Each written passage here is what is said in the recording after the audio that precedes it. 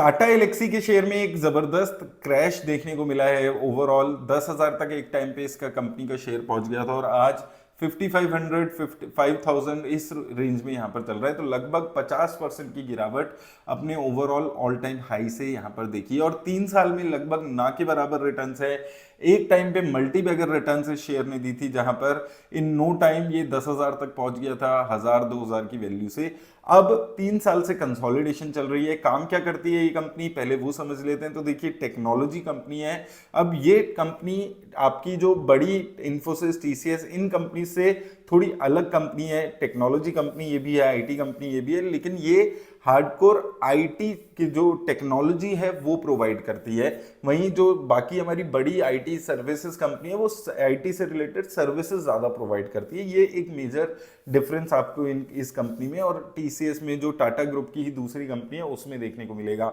Domain की बात करें तो मेजरली आप देखेंगे ये एक तो ऑटोमोटिव सेक्टर में काफी अच्छा कर रहा है। ईवी की जो टेक्नोलॉजी है वो प्रोवाइड कर रहा है। इसके अलावा ओटीटी प्लेटफॉर्म्स के जो टेक्नोलॉजी है वो प्रोवाइड कर रहा है और इसके अलावा एंटरटेनमेंट और अलग अलग सेक्टर्स में यहाँ पर ये टेक्नोलॉजी ड्रिवन काम यहाँ पर कर रहा है। टेक्नोलॉजी ड्रिवन बाय एआई, ये थोड़ा सा मिक्स करके ये चल रहे हैं। तो अगर आप गाड़ी चला रहे होंगे तो गाड़ी में अगर आपके पास कुछ सॉफ्टवेयर अपडेट हो रहे हैं, जो सॉफ्टवेयर आपको दिख रहे हैं उसमें, तो उसमें कुछ सॉफ्टवेयर टाटा एलेक्सी भी यहाँ पर प्रोवाइड कर रहा है। अब इनका एग्रीमेंट्स हैं काफी कंपनीज के साथ, जहां पर ये एज अ ओईएम वहां पर सॉफ्टवेयर प्रोवाइड करने की वहां पर सर्विसेज प्रोवाइड कर रहे हैं। अब ये इसका मेजरली काम है, जिसकी वजह से यहाँ पर ये कंपनी अपना मेजर रेवेन्यू ड्रॉ करती है।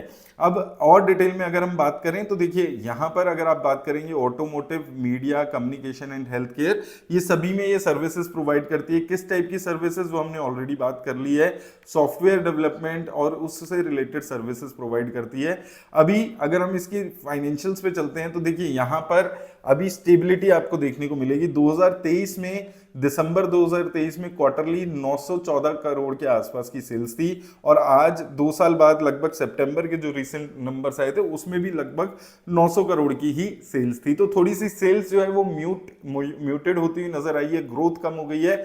उसके साथ साथ जो इससे भी बड़ा नेगेटिव पॉइंट है, यहां पर अगर आप देखेंगे 2022 में 30% का मार्जिन था, जो गिर के 29-27% हुआ और अभी करेंटली पिछले 2 क्वार्टर से 21% का यहां पर ये होते हुए नजर आया और जो प्रॉफिट्स हैं वो भी यहां पर गिरते हुए नजर आए हैं। और ओवरऑल अगर हम ईयरली बेसिस पे बात करें तो पिछले लगभग 2-3 साल में अगर आप देखेंगे 2014, 24, 25 और फर्स्ट हाफ, ये तीनों में देखेंगे तो लगभग ना के बराबर सेल्स की ग्रोथ आपको देखने को मिली है और प्रॉफिट में गिरावट आपको देखने को मिली है। अगर एक साल में देखेंगे 785 से 671 करोड़ के आसपास, तो प्रॉफिट एक साल में 18% गिर गया है और नेगेटिविटी यहां पर सेल्स ग्रोथ में भी देखने को मिली है। सबसे अच्छी ग्रोथ जो इस कंपनी ने देखी थी वो 21-22, 22-23 का जो ये फेज था, यहां पर अगर आप देखेंगे 2 साल, जहां पर 1800 से 2400, 2400 से 3100, ये 2 सालों में एक जबरदस्त ग्रोथ सेल्स में और प्रॉफिट में यहां पर इस कंपनी में आपको देखने को मिली थी और उसकी वजह से ओवरऑल इसके जो शेयर भी था वहां पर भी ग्रोथ आई थी। यहां पर अगर आप देखेंगे 1100 रुपए की रेंज में चलते हुए शेयर नजर आया था, कोविड के टाइम पे 600 रह गया था, फिर वहां से लगातार एक वन साइडेड ग्रोथ आई और 10,000 रुपीज के आसपास पहुंच गया था। और ये वही फेज था जब ये 2 साल हमने बात की 21 और 22 में, जब एक अच्छी प्रॉफिट और सेल्स की ग्रोथ यहां पर होती हुई नजर आई थी। वो एक पेंटअप डिमांड थी जिसकी वजह से वो ग्रोथ आई थी। उसके बाद से फिर जो इसके प्रॉफिट्स हैं वो गिरते हुए नजर आए हैं और ओवरऑल गिरावट शेयर में भी आपको देखने को मिली है।